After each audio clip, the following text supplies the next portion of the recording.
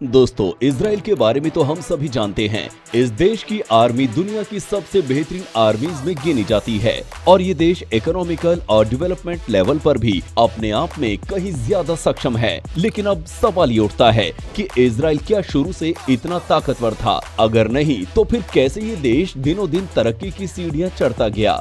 जानेंगे आज के इस वीडियो में इजराइल के वर्चस्व से जुड़ी कुछ खास बातें जो आपने पहले कभी नहीं सुनी होंगी। इसलिए इस वीडियो को अंत तक जरूर देखना। सबसे पहले आपको बता दें कि 22,145 स्क्वायर किलोमीटर एरिया में फैले इजराइल की पॉपुलेशन लगभग 90 लाख ही है, जो भारत के एक शहर चेन्नई की कुल आबादी से भी कम है। अब जब हमें इजराइल के बारे में जानना है तो हमें इसके फ्लैशबैक में जाना होगा। दोस्तों, 20वीं सेंचुरी की शुरुआत में यहूदियों का वर्चस्व मिट चुका था और उस समय यहूदियों के गुरुओं ने एक अलग देश बनाने का फैसला किया। यहूदी फिलिस्तीन की जमीन पर ही अपना साम्राज्य फैलाना चाहते थे। 1903 तक लगभग 35,000 यहूदी फिलिस्तीन आकर रहने लगे और 1914 तक यहाँ 40,000 यहूदी और आ चुके थे। उस समय वर्ल्ड वॉर का वो दौर चल रहा था जिसमें हिटलर के राज में लाखों यहूदियों का नरसंहार हो चुका था। ऐसे में जो यहूदी अपनी जान बचा पाए वो फिलिस्तीन आ गए। संयुक्त राष्ट्र ने 1947 में फिलिस्तीन को एक यहूदी और अरब राज्य में विभाजित करने की योजना को मंजूरी दी, लेकिन अरब देशों ने इसे रिजेक्ट कर दिया। फिर मई 1948 में इजराइल को ऑफिशियल स्वतंत्र राज्य घोषित किया गया था।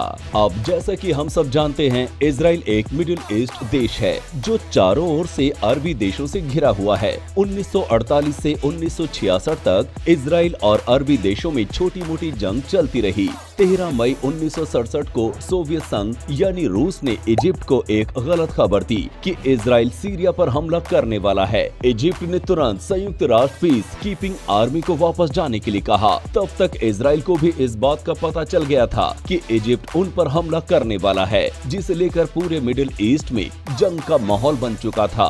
अगले 4 दिनों में इजिप्ट, इजराइल, सूडान और जॉर्डन ने अपनी सेनाओं को जुटाना शुरू कर दिया था और इसी बीच इराक ने भी अपनी सेना को जॉर्डन भेज दिया। सिर्फ इतना ही नहीं, कहते हैं कि सऊदी अरब भी इस जंग में आना चाहता था। 2 हफ्तों बाद इजराइल में सरकार बनाई गई, जिसमें लेवी एशकोल इजराइल के प्रधानमंत्री के रूप में सामने आए। अकेले इजराइल के सामने इजिप्ट, सूडान, सीरिया, जॉर्डन और इराक जैसे देश खड़े थे और दोनों की मिलिट्री स्ट्रेंथ में जमीन आसमान का अंतर था, क्योंकि इजराइल के पास सिर्फ 1 लाख सैनिक थे और अरबी देशों के पास 2,40,000। महज 300 विमानों के सामने थे अन्य देशों के 957 लड़ाकू विमान और इजराइल के 800 टैंकों के सामने अरबी देशों के 2,504 टैंक्स थे। अब इन देशों में होने वाली ये जंग इतनी सस्पेंशल हो चुकी थी कि अंदाजा लगाना भी मुश्किल था कि कौन इस जंग में जीतेगा। लेकिन उसी दौरान इजराइल ने अपना दांव खेला। वहाँ की मीडिया ने एक फेक न्यूज छापी कि इजरायली आर्मी छुट्टी पर है, जबकि वो अटैक की ट्रेनिंग ले रहे थे। इस जंग में इजरायली इंटेलिजेंस ने बड़ा ही इम्पोर्टेंट रोल प्ले किया था और फिर इजराइल ने सबसे पहले अमेरिकी एम्बेसी को खत्म किया ताकि अमेरिका को उनकी योजनाओं का पता न चले। इसके बाद 5 जून को इजराइल ने अपने 200 लड़ाकू विमानों के साथ इजिप्ट पर हमला कर दिया और इजराइल ने सिर्फ 3 घंटों में ही इजिप्ट के 300 लड़ाकू विमानों को मिट्टी में मिला दिया। बदले में जॉर्डन और सीरियाई एयरफोर्स ने इजराइल पर अटैक किया, लेकिन इजराइल ने सीरिया और जॉर्डन की वायुसेना को भी तबाह कर दिया। असल में इजराइल ने ये जंग अपने पीएम, इंटेलिजेंस एजेंसी और आर्मी की वजह से जीती थी, जिसके लिए इसे सिर्फ 6 दिन लगे थे। बीच जंग में लेबनान ने अरबी देशों का साथ दिया था, लेकिन लेबनान भी ये जंग हार गया था। इजराइल को जीत तो मिली, लेकिन इस जंग में उसने अपने करीब 900 सैनिक खो दिए थे, लेकिन अरबी देशों के 20,000 सैनिकों को मारने के बाद इस दौरान इजराइल ने सिर्फ 46 लड़ाकू विमान खोए, लेकिन अरबी देशों के 470 विमानों को उड़ाने के बाद। दोस्तों, जंग से पहले इजराइल का कुछ एरिया 9,000 किलोमीटर था और जनसंख्या अरबी देशों के मुकाबले सिर्फ 2% और जंग के बाद इजराइल के खेमे में गाजा, यरूशलेम, सिनाई पेनिसुला और वेस्ट बैंक आ गया था। साथ ही साथ अरबी नागरिक भी इजराइल के अंदर आ गए थे, जिसके बाद इजराइल का क्षेत्रफल 9,000 से 20,000 वर्ग किलोमीटर हो गया था। इसके बाद इजराइल और अरबी देशों में छोटी मोटी लड़ाइयां होती रही, पर हद तो तब हुई जब 1972 में जर्मनी में ओलंपिक में ब्लैक सितंबर नाम के एक फिलिस्तीनी आतंकी संगठन ने इजराइल की टीम को न सिर्फ बंदी बना लिया बल्कि मौत के घाट उतार दिया। दरअसल आतंकवादियों की मांग थी कि इजराइल उनके 234 आतंकवादियों को रिहा कर दे। इसके बाद कुछ आतंकवादियों को मार गिराया गया, लेकिन एक साल बाद फिलिस्तीनियों ने जर्मनी के एक प्लेन को हाईजैक कर लिया ताकि बदले में बंधक आतंकियों को छुड़ा सके। इस हादसे के बाद इजराइल के उस समय के प्रधानमंत्री गोल्डा मेयर हर किसी के घर गए और उनके परिवार वालों से वादा किया कि हम आपके एक एक बच्चे की मौत का बदला लेंगे। प्रधानमंत्री गोल्डा ने इस ऑपरेशन का जिम्मा इजराइल की इंटेलिजेंस एजेंसी मोसाद को सौंपा और मोसाद ने इजरायली आर्मी के साथ मिलकर एक एक आतंकी को ढूंढा और जहन्नुम पहुंचाया। इसके बाद 1976 में इजराइल से पेरिस के लिए रवाना हुई एयरबस A300 विमान को आतंकवादियों ने हाईजैक कर लिया और युगांडा सरकार के समर्थन से प्लेन को युगांडा में लैंड करवाया गया। इस प्लेन में कुल 248 लोग सवार थे। कुछ समय बाद प्लेन में सवार यहूदियों को मार दिया गया। उसके बाद मांग रखी गई कि फिलिस्तीनी आतंकवादियों को रिहा करें, लेकिन इजराइल ने आतंकियों के इलाके में घुसकर मात्र 90 मिनट में सभी आतंकियों को मारकर अपने लोगों को बचा लिया। दोस्तों, इस ऑपरेशन में एक इजरायली कमांडो की मौत हो गई और ये कमांडो थे पूर्व इजरायली प्रधानमंत्री बेंजामिन नेतन्याहू के बड़े भाई योनातान नेतन्याहू।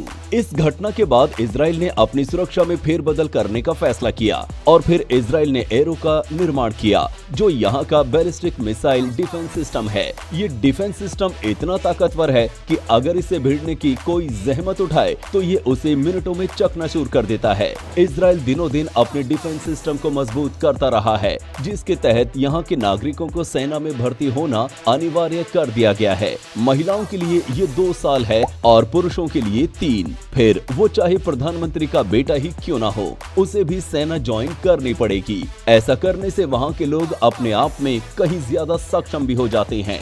यही नहीं, इजराइल ने ऐसा कानून बनाया है जिससे यहूदी यहाँ आकर बस सकते हैं। इतना ही नहीं, इजराइल ने अपनी संस्कृति को बचाने के लिए अपनी विलुप्त भाषा हिब्रू को भी फिर से नया जन्म दिया है। इसके तहत लोग इसे सीखें, क्योंकि जो व्यक्ति हिब्रू भाषा सीखता है उसे यहाँ स्कॉलरशिप दी जाती है। आपको जानकर हैरानी होगी कि इजराइल की टेक्नोलॉजी सबसे फास्ट मानी जाती है और सेल फोन भी यही विकसित किया गया है, जिसमें वॉइस मेल की शुरुआत की गई। और तो और कंप्यूटर के लिए पहला एंटीवायरस सॉफ्टवेयर भी यही बनाया गया था। पेन ड्राइव को भी इसी देश ने इन्वेंट किया है और पहली बार हेयर रिमूवर भी यही बना था। यहाँ तक कि सभी बड़ी कंपनियों के रिसर्च सेंटर भी इजराइल में ही मौजूद हैं। ऐसा इसलिए क्योंकि इजराइल अपनी जीडीपी का 4.5% रिसर्च एंड डेवलपमेंट में खर्च करता है और यहाँ हर साल सबसे ज्यादा वैज्ञानिक रिसर्च भी की जाती है।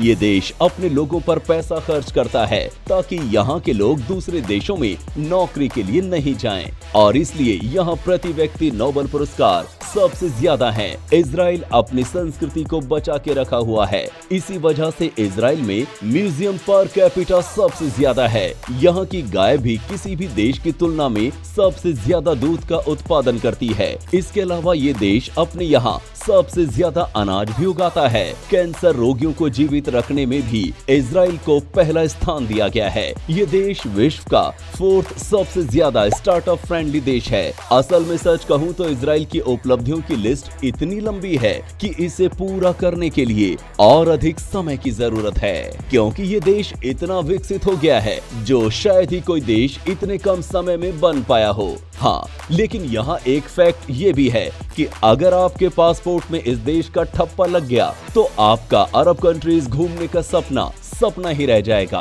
क्योंकि Iran, Kuwait, Lebanon, Libya, Syria and Yemen जैसे देश ऐसे किसी विजिटर को अपने देश में एंट्री नहीं देते जिसके पासपोर्ट में इजराइल का ठप्पा हो या उस व्यक्ति ने कभी इजराइल का वीजा लिया हो। तो दोस्तों, ये था इजराइल का इतिहास और वर्तमान। आपको ये जानकारी कैसी लगी? कमेंट में हमारे साथ अपना एक्सपीरियंस जरूर शेयर करें। वीडियो पसंद आया हो तो इसे लाइक और शेयर करना ना भूलें। हम ऐसे ही वीडियोस लेकर आते रहेंगे जिससे आप ज्ञानवर्धक हो उठेंगे। तो जल्दी से चैनल को सब्सक्राइब कर लीजिए ताकि आपसे कुछ भी मिस ना हो।